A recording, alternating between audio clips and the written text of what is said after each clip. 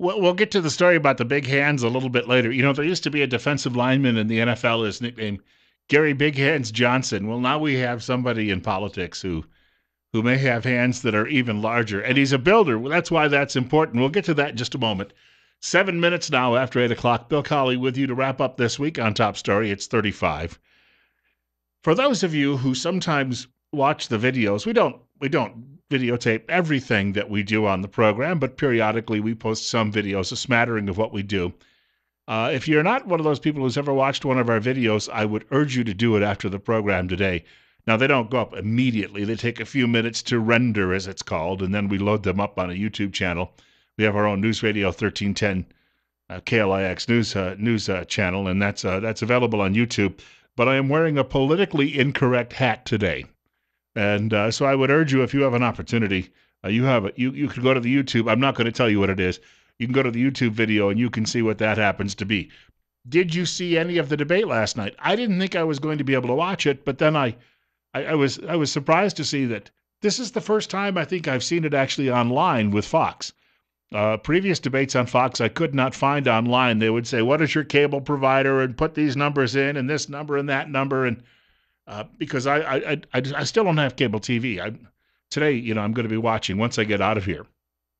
I've got to flip on Netflix, and my weekend television watching is pretty well set because season 4 of House of Cards is out today, which is probably, people say, well, that's just fiction. But you know what? You look at House of Cards and you say, no, that's becoming more and more reality when you look at American politics. So last night during the course of the debate, I managed to tune it in and bring it in online on the Fox website. And early in the debate, very early in the debate, Howard Kurtz, the television critic, says this is the one viral moment of what was a very contentious event. And this is Donald Trump responding to some of the names Marco Rubio has recently been calling Trump. Look at those hands. Are they small hands? And he referred to my hands. If they're small, something else must be small. I guarantee you there's no problem. I guarantee it. All right. So that is Donald Trump responding to some comments made by Marco Rubio about a week ago about Trump having tiny hands and other tiny accoutrements. Here's a question for you. I'm watching all of the coverage this morning. I'm listening to the coverage.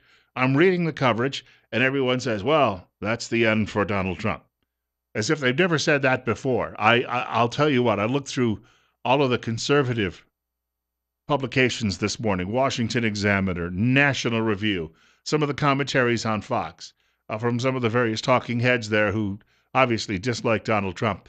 And they're all saying, Donald Trump got the spanking of his life. It was like Marco Rubio and Ted Cruz dragged him into the alley behind the theater in Detroit, and they gave him the beating that nearly ended his breathing. Actually, at one point, he was told to calm down and take a deep breath by Ted Cruz.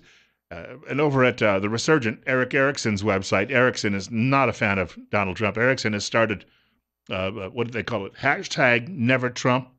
And he's recruiting conservatives who say they'll never vote for Donald Trump, which means they'll obviously hand the election to Hillary Clinton if Trump is the nominee. All of these predictions, Donald Trump is finished, Donald Trump is over. Do you think it really matters to the people who are supporting him, that he gets hammered by a couple of other guys on stage? Now, I admitted it yesterday. Come next Tuesday, I'm voting for Ted Cruz. Albeit, when Ted Cruz comes to Idaho, someone should give him a better map. Ted Cruz is going to be in Idaho on Saturday in Coeur d'Alene. Now, maybe he's born in Canada, maybe he is actually still angling for the prime ministership, and he feels he'll get both by straddling the border. But who the heck lives in Coeur d'Alene? If you're voting in an Idaho, and there'll be plenty of media from Spokane that will come out and cover it, but I don't watch Spokane. I don't watch any TV, over-the-air TV right now. So who the heck is, well, maybe they are coming from Spokane to vote in the Idaho primary, although that would be for the Democrat caucus, wouldn't it? Wouldn't happen with Republicans.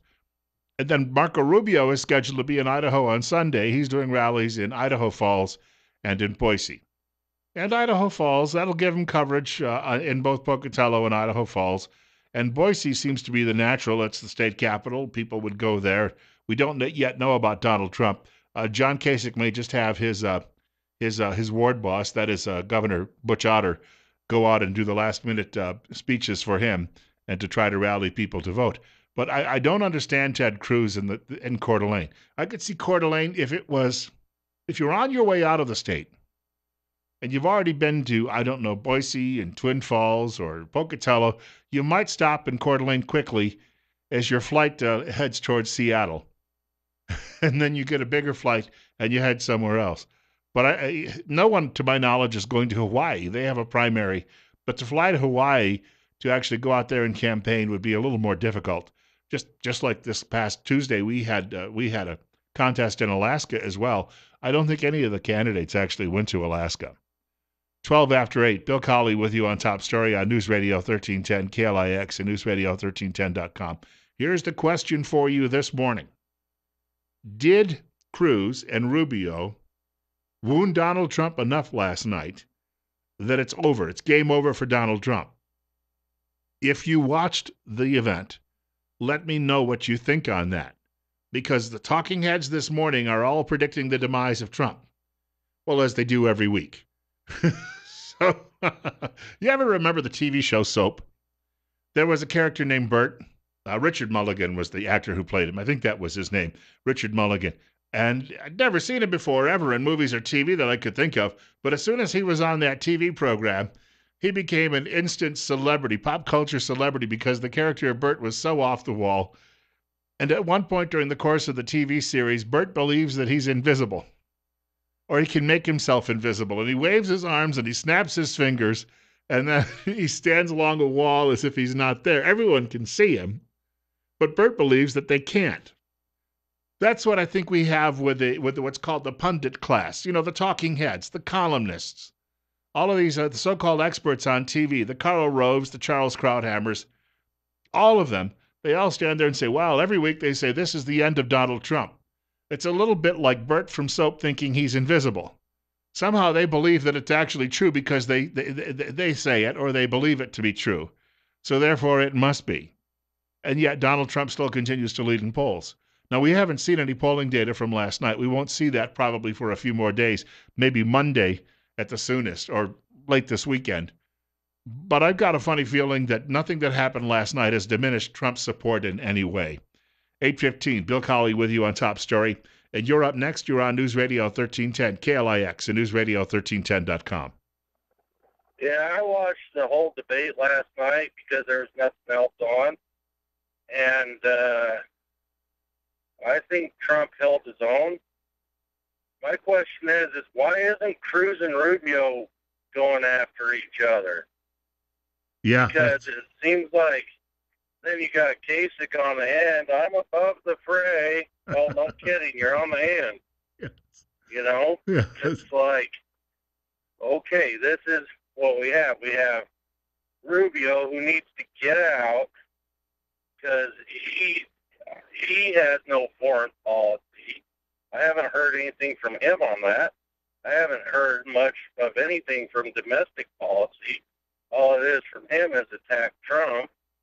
Cruz puts his plan out there, and then he attacks Trump. And by the way, on Tuesday, I'm voting for Cruz too, because I think Cruz is would be the better choice over Trump. But just because if Trump gets the nominee, I'm not staying home.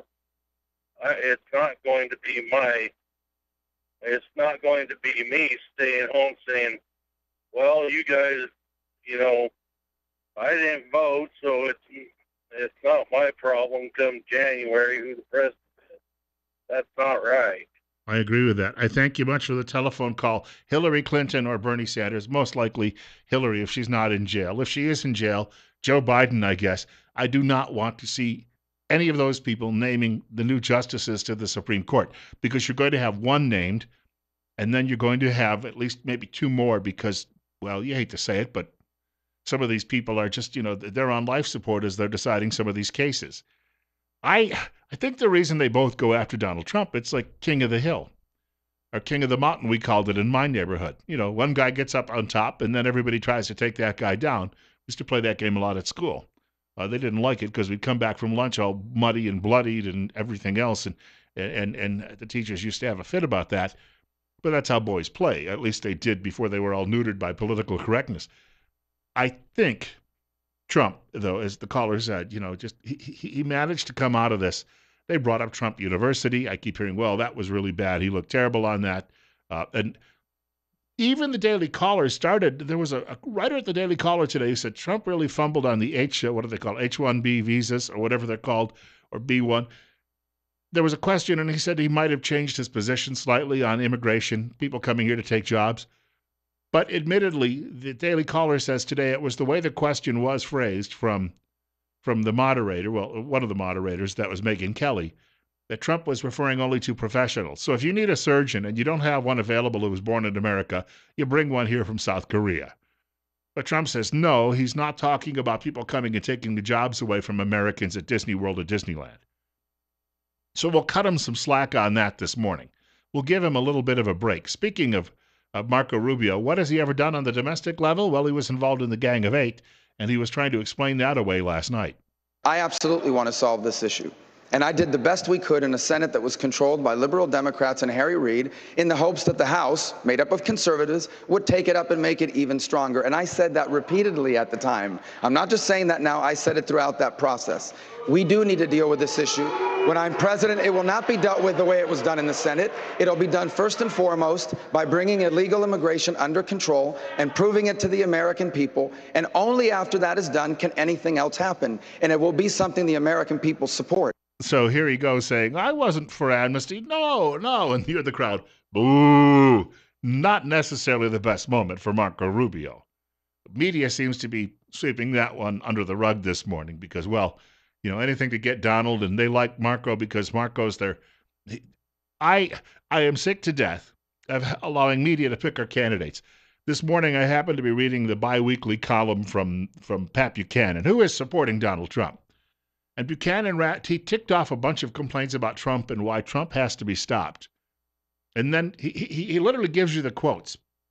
And after about 4 paragraphs of this, then Buchanan says, and where do these quotes come from? The editorial board at the Washington Post, which he then tells you 3 times endorsed Marion Barry for mayor in Washington, D.C., or the Washington, D.C. City Council. Who was Marion Barry? He was the mayor who was caught on tape smoking crack. So the liberal media will endorse somebody who is using dangerous illegal drugs and lying about it, but they won't endorse a fellow like Donald Trump, and they will tell you, never, never, never, ever vote for this man.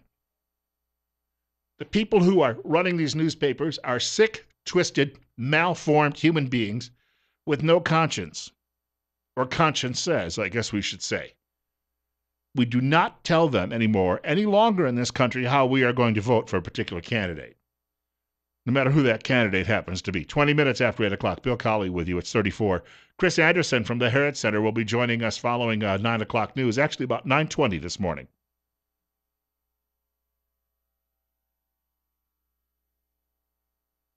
Quick note, because the debate is not the only story that is taking place, and nor is the upcoming Republican and Constitution Party primaries in Idaho next Tuesday. I just want to share with you, there is a rally today at 10 o'clock at the state legislature in Boise, at the Capitol. You may have heard the story. I actually read one of the stories yesterday from AP on air, and it says we have a state Senate bill, that will clarify permitless concealed carry. Currently, you can do it in counties, but some of the cities have bans on that. And on the surface level, this looks great because the bill says, well, what we'll do is we'll allow it in cities as well. So all of a sudden, if you're a big supporter of the Second Amendment, gun rights, and permitless concealed carry, you go, wow, isn't that great? Now we can do it all over the state, and not just in these pockets where we have to stop at the city line and say, no, we can't do it. However, I was reading something from the Second Amendment folks here in Idaho yesterday on this. Right now, you've got reciprocity with neighboring states where people can come here and they can do pretty much the same thing while they're visiting Idaho. In the counties, not in the cities, but in the counties. This bill, hidden in the bill, is a provision that eliminates that. And the argument is, look, if you do that, that may well mean other states retaliate by then dropping reciprocity with Idaho.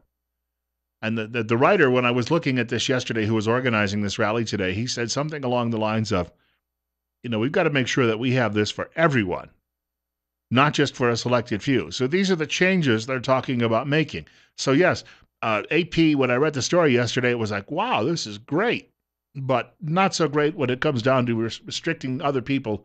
So if someone from Montana is driving across the state line, they're going to have to remember this, and apparently, they've got to make some decisions before they actually cross that boundary line.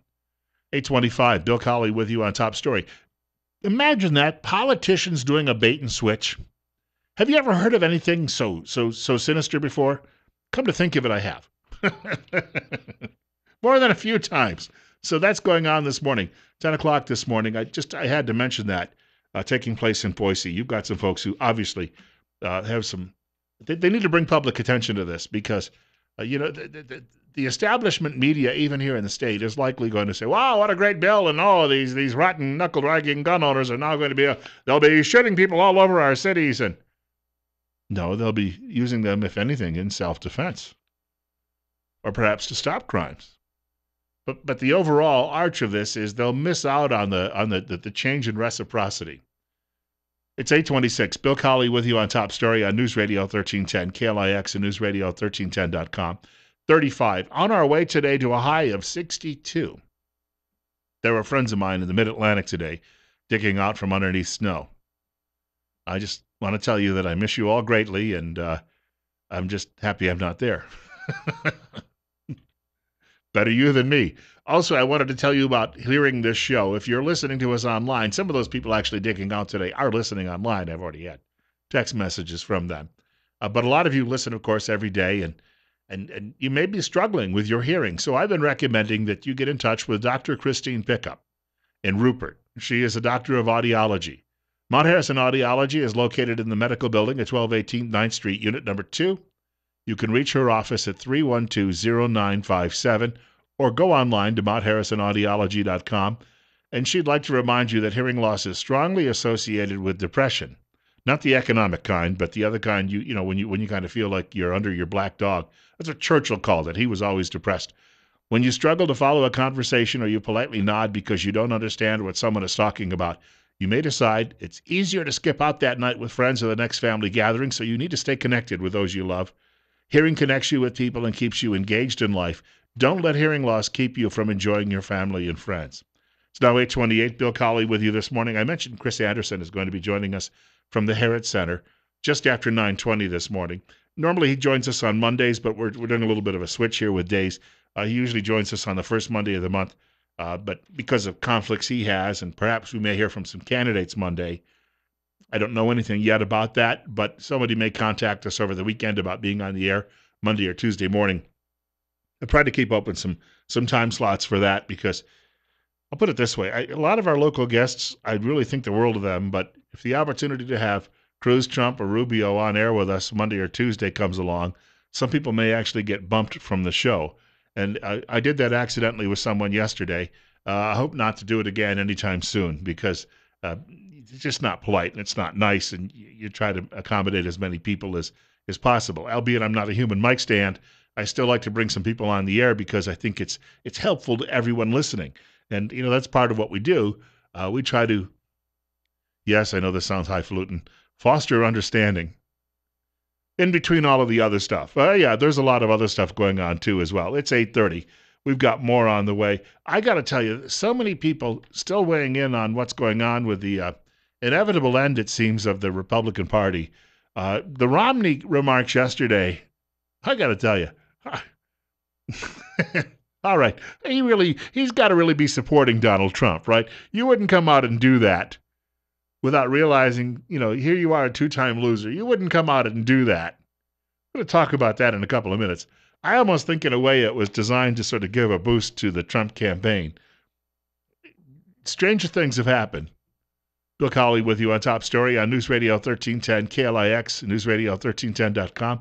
35, and as I said, on our way to a high in the 60s today.